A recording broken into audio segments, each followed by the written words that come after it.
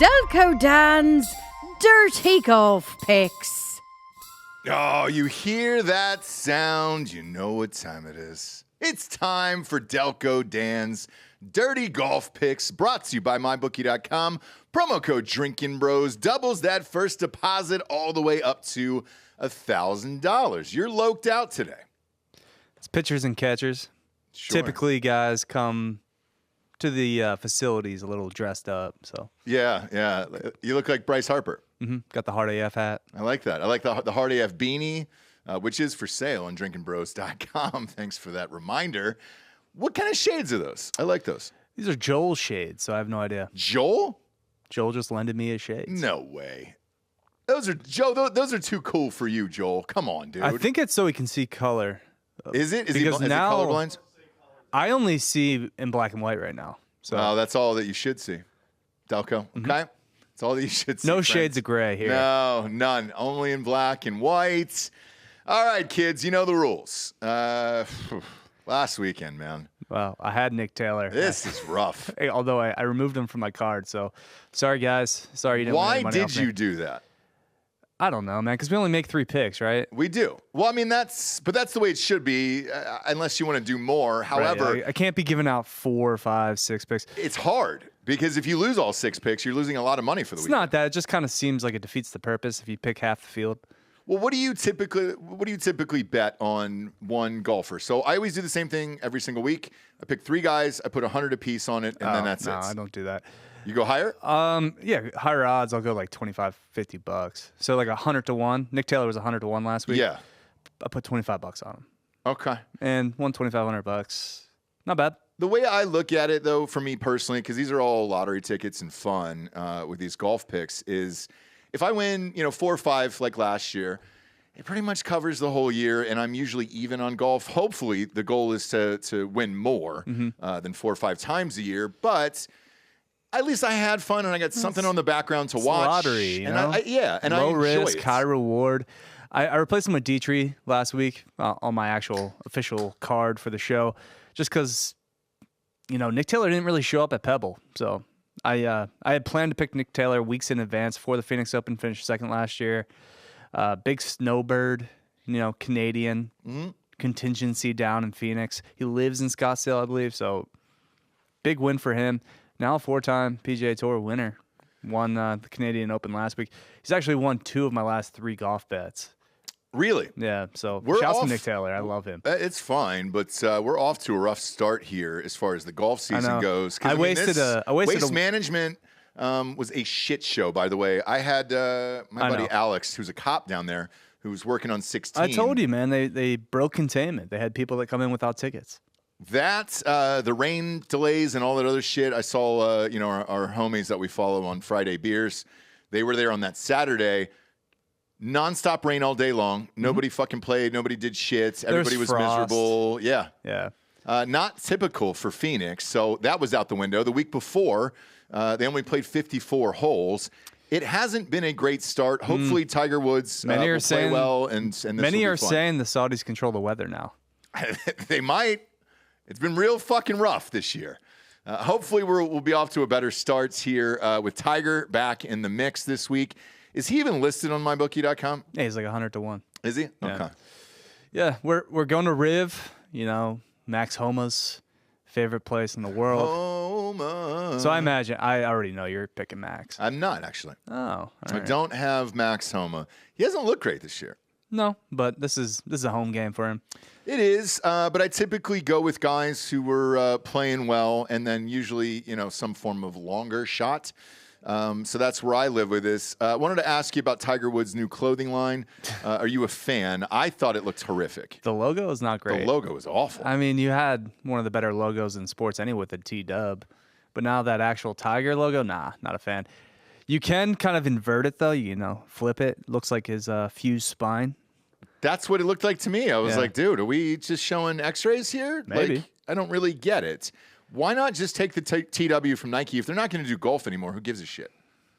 I think they still are making clothing. So, Okay. yeah. All right. It's just they're not doing Tiger. They're not in the business of Tiger anymore. Man, once you leave Nike, dude, look up that logo if you get a chance, or maybe you'll pop it in here on screen. Once you leave Nike, it's over. You don't get their designers either anymore. No, it'd be like Jordan trying to leave Nike. I know Jumpman's its own thing. Air Jordan's its own thing. But Yeah.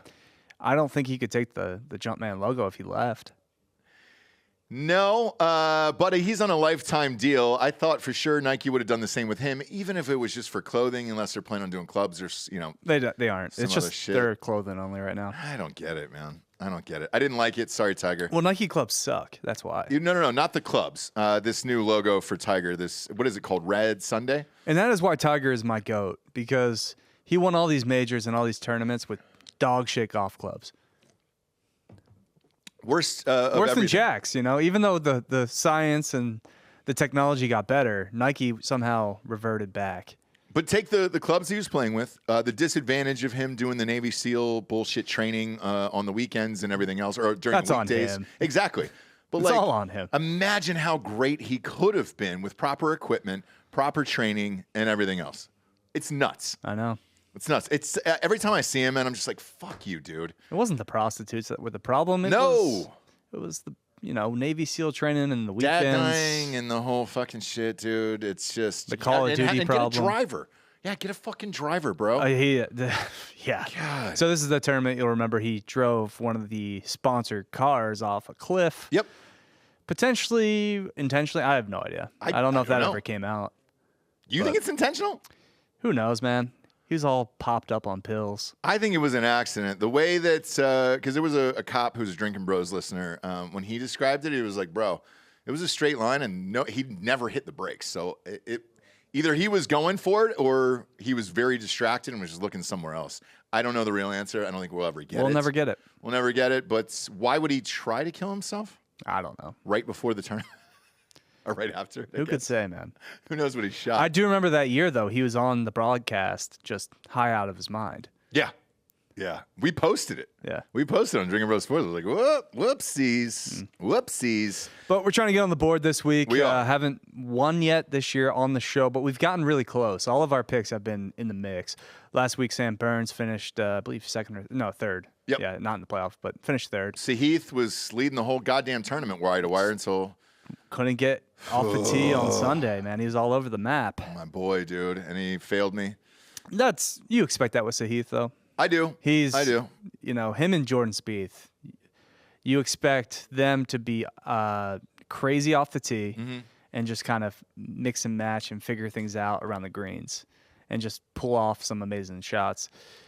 I mean, if they could, remotely put, I don't know, like 70% of their fairway, like the shots off the tee into the fairway, they'd win way more, but they don't. I agree, and I knew it was going to happen on Sunday. And my wife walked downstairs, and she goes, "Hey, what place is your guy?" And I go, "He's in first right now on the last round." I go, "Don't worry, that'll change in 20 minutes." You got to hold on for did. dear life. Yeah. I know, it did. Scheffler made a run. Ultimately, his putter failed him again on that one. Let's get into your picks this week here. Well, Sahith got his win at Napa in the fall. He did. I wasted one of my wins in the fall. I had Camilo Villegas, but we didn't have a show. So we didn't have a show. Doesn't count. Doesn't count. Who do you got this week? This week at the Genesis, we're going with the Data Boys. We're going with guys that have a great history here, shots gained. I'm not super confident in it, but I'm going to trust the numbers. All right. We're going to waste more money on Cam Young. We're going to go 25-1 with Cam Young. I'm going to continue to blow at least a third of my salary betting this young man to finally win a fucking golf tournament. But I'll be there when he does. I'll be there when he does. I can't do it anymore. I can't do Cam Young anymore. I'm sorry. Who do you got And, next?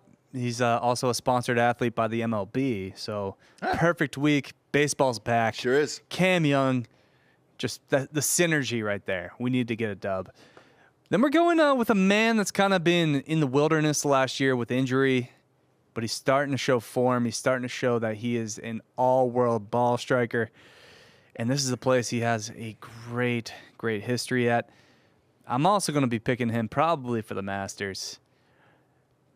He'll probably be on that card. We're going Willie Z. We're going Will Zalatoris at 40-1. Famous Willie Z.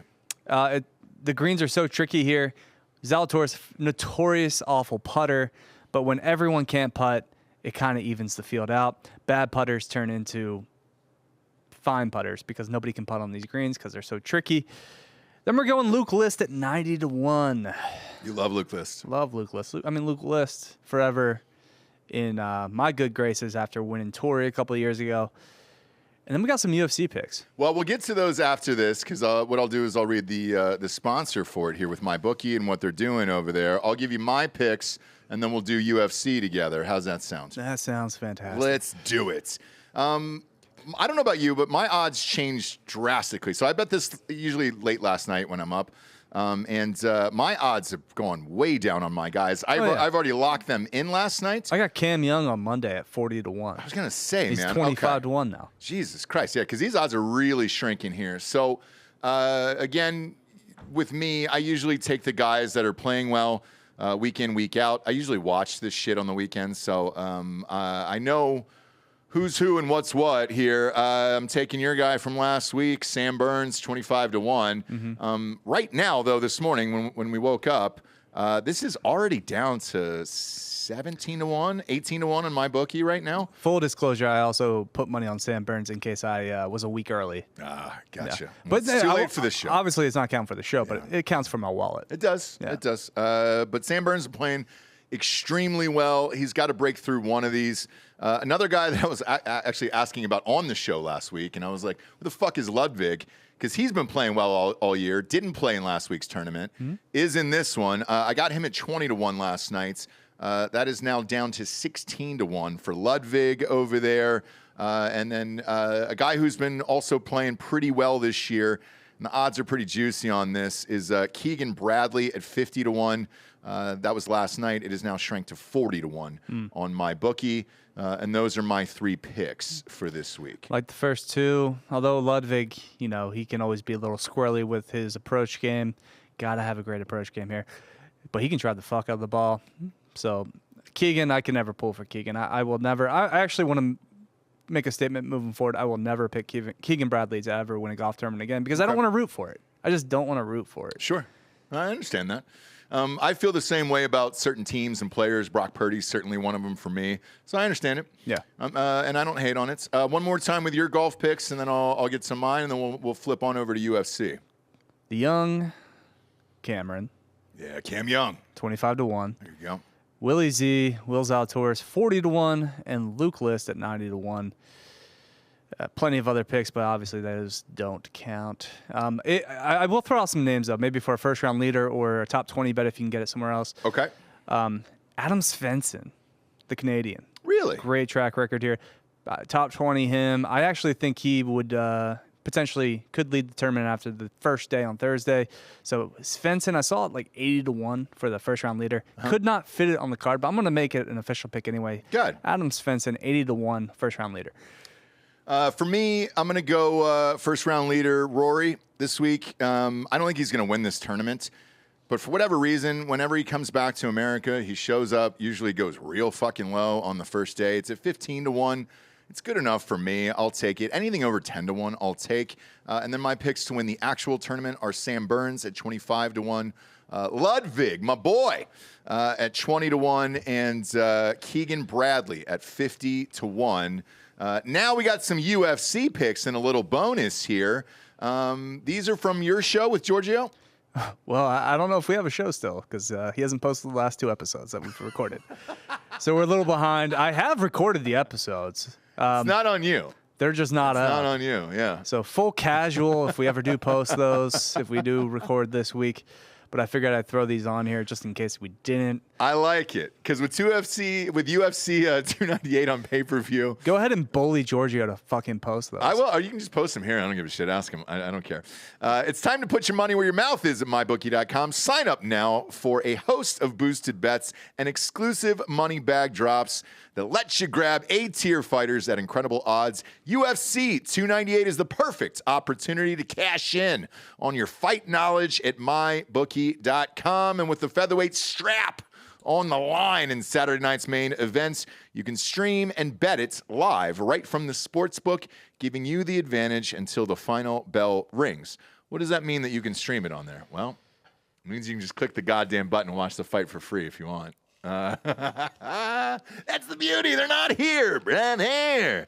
taking advantage of some of those U.S. laws down there in Costa Rica. Cash out and win or let it ride with MyBookie, baby. And if you're looking for a little excitement before the fights begin, experience the thrill of MyBookie's brand new and improved casino floor featuring over 500 new games and progressive jackpots waiting to be won. Bet and play absolutely anything, anytime, anywhere, only with MyBookie.com. Make sure to use that promo code DrinkinBros to double that first deposit all the way up to $1,000. Now, let's get to your picks on UFC 298. Who you got? So first pick's going to be a spite pick. I fucking loathe Ian Gary. Hate Ian Gary. Giant step in competition for him. I believe Jeff Hands of Steel Neal is going to give him all the business. I think he's going to win outright. Might even knock out Ian Gary. Let's look. Plus 170. Love those odds. Give me Jeff Hands of Steel Neal over Ian Gary. And then the main event, Volkanovski. Yeah. Defending his strap against Ilya Topuria. Topuria is my guy. I got to ride with my guy. All right. Don't feel great about this, but Volk is now he's north of 35 in these lighter weight classes, 145. Typically, the record for men defending their title or in title fights over 35, it's something stupid like 2-37 or something. Really? It's not good. So go with the younger man. Go with the guy that's got better boxing. We're going Ilya Topuria over Alex Volkanovski, minus 105. It's essentially a pick 'em. Yeah. Yeah, I'll go Topuria and Jeff Neal. I can't bet against Volk, man. I'm sorry. I got money on him, and that's the only thing I can contribute here to this. You know that, right? Because I am the casual that you talk about in your podcast. But Volk, I'll come out for. So I'll end up watching this card because of him, and I'll put money on him. But take Delco's bets on the rest of this because that's out of my pay grade here. You know? It's also, Volk might be the anomaly because, he is one of the greatest of all time to do it. He is. Look, he's amazing. Shit, what was his last loss was like on a short notice? Islam. Yeah, lost. He popped out, 8 days in advance and was just like, fuck it, let's do it. Probably not the move against the best pound-for-pound fighter in the UFC. I understand that, but what do you think that payday was?